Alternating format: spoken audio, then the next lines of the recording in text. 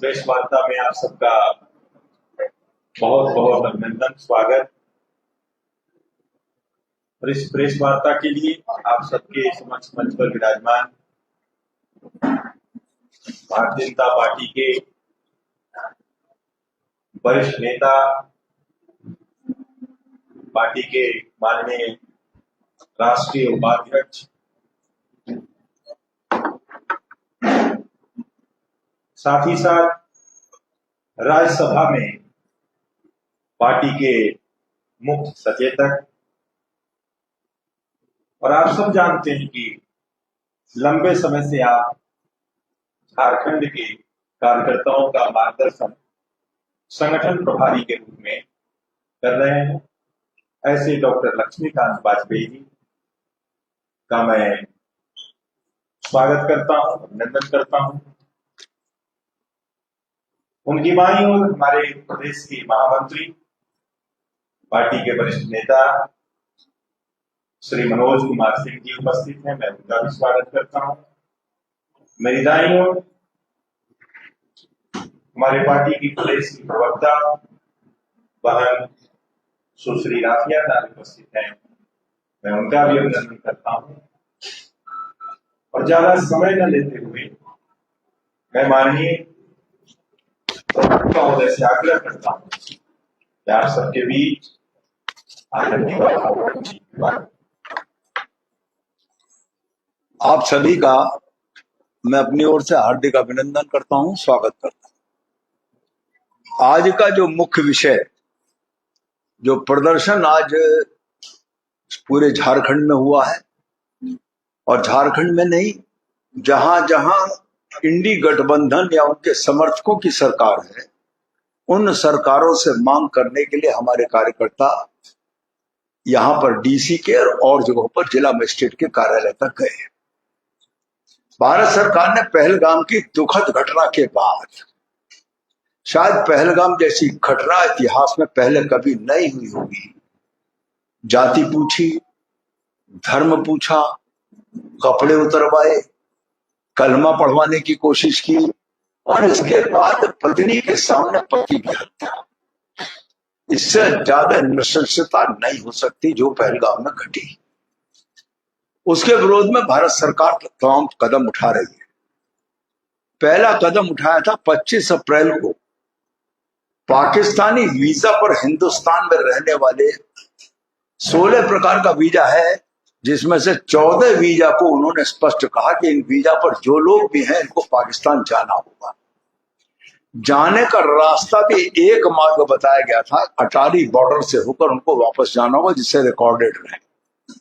उस आदेश में यह था कि सभी जिला मजिस्ट्रेट, सभी राज्य सरकारें, राज्य सरकार के मुख्य सचिव और डीजीपी अपने अपने राज्यों में इन 14 वीजा के अंतर्गत आए हुए पाकिस्तानी नागरिकों को चिन्हित करें और चिन्हित करके उनको बॉर्डर पर पहुंचाकर पाकिस्तान जाने की व्यवस्था करें।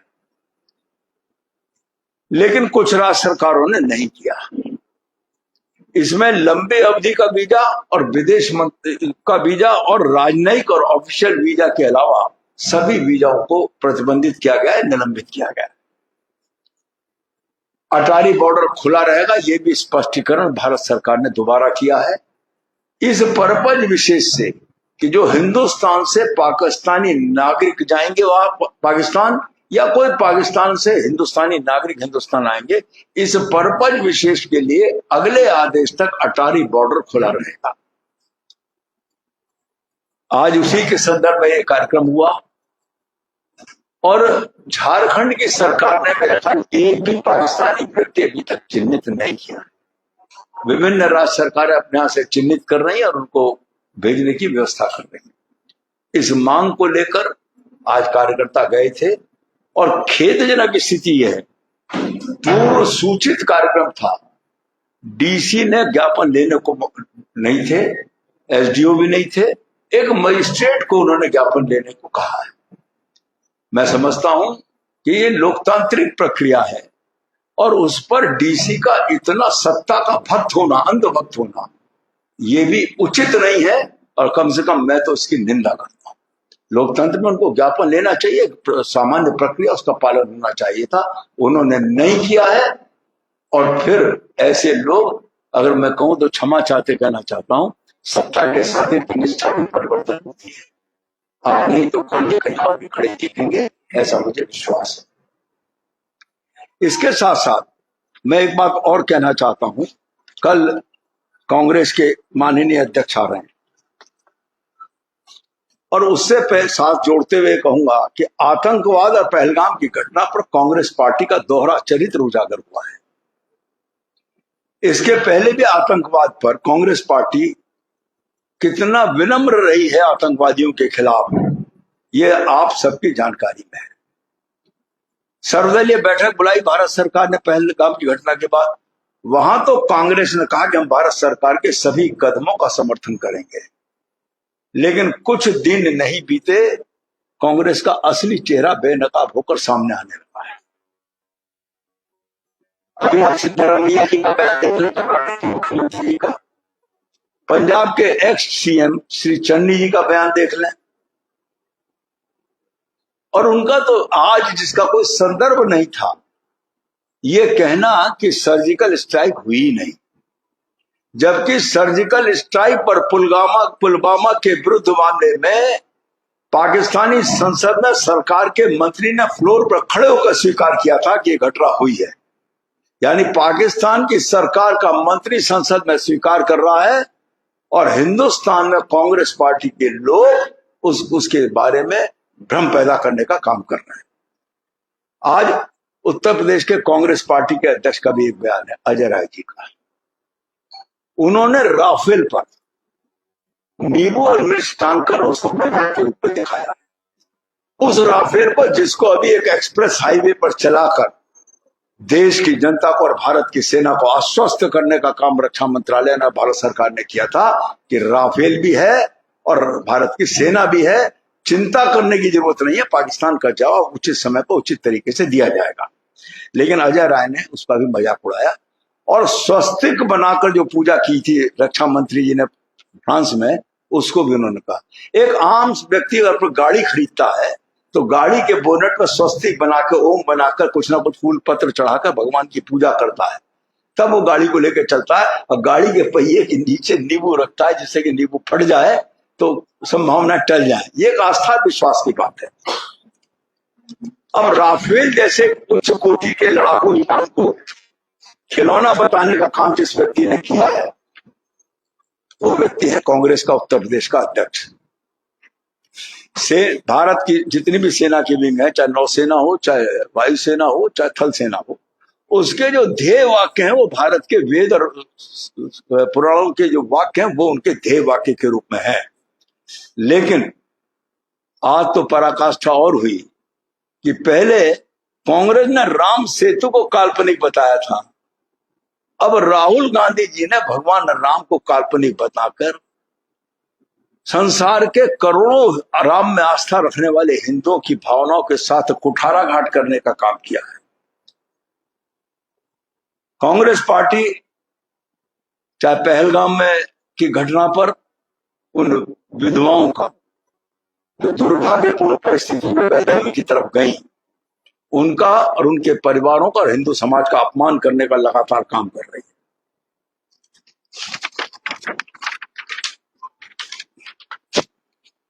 कल झारखंड के परिप्रेक्ष्य में एक बात और कहना चाहूंगा। कल माननीय राष्ट्रीय अध्यक्ष कांग्रेस खड़गे जी यहां आ रहे हैं, और विषय है उनका संविधान। अगर मैं कहूं कि 100 चूहे खाकर दिल्ली हज करने चली, ये चरित्र है कांग्रेस का, कांग्रेस के नेताओं का। वो आज संविधान की बात कर रहे हैं, तो मैं और साथ ही जोड़ना चाहता हूं राहुल गांधी जी ने जो माफी मांगने का काम किया है आज 84 की घटना पर। अरे राहुल गांधी जी 84 की घटना पर नहीं, सन 50 से लेकर आज तक के कांग्रेस के कृत्यों को, भारत माता के विरोध में किए गए कार्यों के लिए तुम्हें माफी मांगनी होगी। देश के विभाजन पर माफी मांगे राहुल गांधी, करोड़ों का जो नरसंहार उस समय हुआ था उन पर माफी मांगे राहुल गांधी। आपातकाल पर माफी मांगनी चाहिए राहुल गांधी को। 370 को बाबा साहब भीमराव अंबेडकर नहीं लगाना चाहते थे, जबरदस्ती लगवाई थी। और आज अगर भाजपा की सरकार ने वापस लिया तो कांग्रेस ये संकल्प कर रही है कि हम सरकार में आएंगे तो 370 दोबारा लागू करेंगे। वो सपना तो पूरा नहीं होगा, लेकिन कम से कम देश की जनता से उसके लिए भी माफी मांगनी चाहिए। और बाबा साहब भीमराव अंबेडकर का लगातार अपमान करने वाली पार्टी को देश की जनता से और समाज से माफी मांगनी चाहिए। पिछड़ा वर्ग आयोग, मंडल कमीशन की सिफारिशों को लागू नहीं करने की भी माफी राहुल गांधी को माननी चाहिए। कितनी राहुल गांधी माफी मांगी? जहां तक संविधान का सवाल है, संविधान की बात करने उस पार्टी के लोग आ रहे हैं जिन्होंने 356 का प्रयोग करके राज्यों में निर्वाचित सरकारों को गिराने का काम किया। और एक दो बार नहीं, 88 बार रिकॉर्डेड है। भारत के इतिहास में कांग्रेस पार्टी, केंद्र में बैठी हुई कांग्रेस की सरकार ने राज्यों में निर्वाचित सरकारों को गिराने के लिए 88 बार 356 का प्रयोग किया। वो संविधान का दुराचार नहीं था। इंदिरा जी के हाईकोर्ट से फैसला आता है, उसके लिए 42वां संविधान संशोधन कर लिया और उसकी आड़ लेकर संविधान की जो प्रस्तावना थी उसको भी बदलने का काम किया। और मैं अगर एक बात कहूं कि कांग्रेस ने जिस तरीके से संविधान संशोधन पेश किया है, 7 अगस्त को संविधान संशोधन पास किया लोकसभा में, एक दिन, आज ही प्रस्तुत, आज ही पास, बिना बहस के। 8 अगस्त को राज्यसभा में पारित कर दिया बिना बहस के। 9 अगस्त को राज्यों की विधानसभाओं में पारित कर लिया। और 10 तारीख को, जबकि शनिवार के दिन कभी राज्य विधानसभाएं, लोकसभा, राज्यसभा नहीं होती है, शनिवार के दिन विधानसभाओं का 9 अगस्त को करके इन्होंने उसको पारित कर लिया। और 10 तारीख को रविवार के दिन राष्ट्रपति भवन को खोलकर उस पर राष्ट्रपति के हस्ताक्षर कराने का काम किया। ये लोग आज संविधान की बात करना चाहते हैं। और इसके अलावा इन्होंने प्रस्तावना तो, सामाजिक न्याय पर जितने शासनादेश हुए हैं उन सबको नष्ट करने का काम इन्होंने किया है। और काका कालेलकर रिपोर्ट, संविधान के अंतर्गत निर्मित समिति थी 1956 में, उस रिपोर्ट को ठंडे बस्ते में डालने का काम कांग्रेस ने किया। आरक्षण के ऊपर राज्यों के मुख्यमंत्री को 1961 में प्रधानमंत्री नेहरू ने पत्र लिखा था राज्यों के मुख्यमंत्रियों को कि आरक्षण समाप्त करना चाहिए। वो संविधान के विरोध में नहीं था। इंदिरा गांधी जी ने ओबीसी आरक्षण में लगातार रुकावट डालने का काम किया है। राजीव गांधी ने 1985 में आरक्षण का अपमान किया था। मंडल आयोग की सिफारिशों का विरोध 1990 में कांग्रेस ने किया था। अनुसूचित जातियों के आरक्षण को कमजोर करते हुए धर्म पर आधारित आरक्षण की मांग कांग्रेस ने की थी। वो संविधान सम्मत थी क्या? और इसके बाद साहबानों के केस के बाद संविधान का परिवर्तन करना। मैं यहां एक बात और जोड़ना चाहता हूं कि संविधान का परिवर्तन करते करते ये लोग हमसे आ रहे हैं संविधान की बात करने। आरक्षण पर 3 लाइनें और कहूंगा। आरक्षण 10 साल के लिए है संविधान में व्यवस्था, और हर 10 साल के बाद उसको बढ़ाना पड़ता है। सबसे पहले बढ़ाया बीपी सिंह जी दिल्ली में थे, भारत सरकार के प्रधानमंत्री थे, जनसंघ के दीपक के निशान के समर्थन से वो सरकार थी, 10 साल के लिए हमने बढ़ाया। उसके बाद अटल जी की सरकार ने 10 साल के लिए बढ़ाया। उसके बाद मोदी जी की सरकार ने 10 साल के लिए बढ़ाया। यदि हम आरक्षण के विरोधी होते तो स्वाभाविक मौत मर जाने देते, उसका समय सीमा खत्म हो जाने के बाद। भारतीय जनता पार्टी हमेशा सामाजिक न्याय की पक्षधर है और संविधान में दिए गए अधिकारों को जिसके लिए दिया गया उस अधिकार को उसको मिले, इसकी पक्षधर है। और इसलिए हमने इस बात को, संविधान की बात कही। लेकिन आज वो संविधान की बात करता है। एक लाइन केवल कहना चाहता हूं मैं, आज सुप्रीम कोर्ट ने स्टे दे दिया है। कहा सुनवाई करेंगे, सुनवाई का अधिकार है और बने हुए हर कानून की समीक्षा करने का अधिकार माननीय सर्वोच्च न्यायालय को, उसका हमको भी मना नहीं करते। लेकिन झारखंड के परिप्रेक्ष्य में एक बात कहना चाहता हूं जो वक्फ अधिनियम में है, और आप लोगों से भी निवेदन करना चाहता हूं कि उसको प्रमुखता मिलनी चाहिए। शेड्यूल 5 में आदिवासियों की जमीन है। वक्फ अधिनियम में शेड्यूल 5 को बिल्कुल सुरक्षित रखा गया है।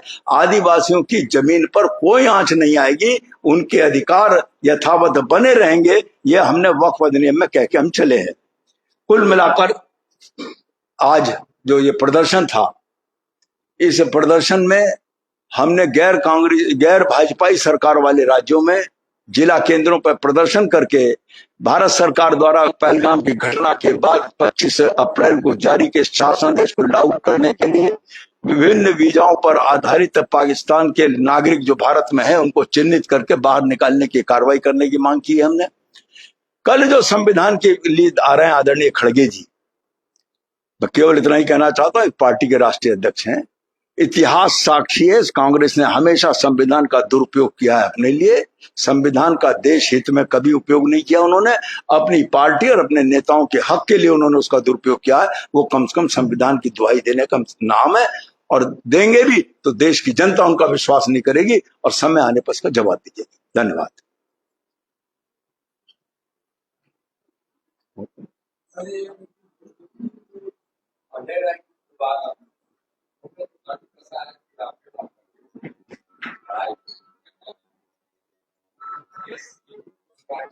अजय राय का जो स्तर है, किसी दो देशों के बीच में कोई निर्णय करना और उस पर कार्रवाई करना, उनका स्तर इस लायक नहीं है कि उनको समय से पहले पता लग जाए। उन्हें तो तब पता लगा जब रात को सोते हुए होंगे और सुबह कुछ होता हुआ होगा। गैर बीजेपी शासित राज्यों में जो पाकिस्तान को बाहर निकालना, तो आपके पास क्या है? यहाँ की तो सरकार जो बीजेपी में 10 लोग थे, जिन्हें 7 के पास वो जो वीजा है लंबा वाला वीजा है, इसकी वजह से वो नहीं लेने जा सकते। आपके पास एक बार ये सरकारें खुलकर सामने आ जाए, तब इन सरकारों को के चरित्र को उजागर करने का काम भारत सरकार करेगी, और इन सरकारों का पूरा चरित्र दिखाएंगी इनके राज्यों की जनता के सामने, और ये साबित करेंगी कि ये राष्ट्र के लिए हितकर लोग नहीं है। अब इनपुट अभी हम नहीं खोलेंगे, अभी तो इनको आ जाने दो, पूरा कर लेने दो काम। जिस दिन ये कह देंगे कि हमारे यहाँ जितने थे हमने चिन्हित कर लिया और भेज दिए वापस, उसके बाद बताएंगे।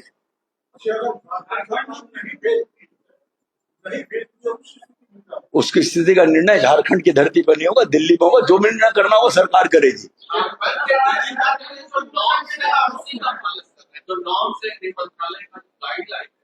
उसी का पालन कर रहे हैं, जैसे बीजेपी ने कहा। हम भी तो किसी गाइडलाइन का उल्लंघन करने को नहीं कह रहे हैं। 25 अप्रैल 2025 को जो शासनादेश जारी किया है, हम उसके पालन करने की बात कर रहे हैं। ये रहा, और इसके पीछे सूची लगी केवल 2 वीजा, डिप्लोमेटिक एंड ऑफिशियल और लॉन्ग टर्म वीजा, 2 को अलाउ किया है, और शेष वीजा के लोगों को कहा कि चिन्हित करके बाहर निकालो। भारत सरकार, हम इसके अलावा हम भी नहीं कर रहे हैं। और इसके अलावा ये जो प्रचार हुआ था कि अटारी बॉर्डर बंद कर दिया गया, अटारी बॉर्डर अगले आदेश तक इस प्रक्रिया के लिए खुला रहेगा। ये आदेश भी भारत सरकार का मेरे पास है।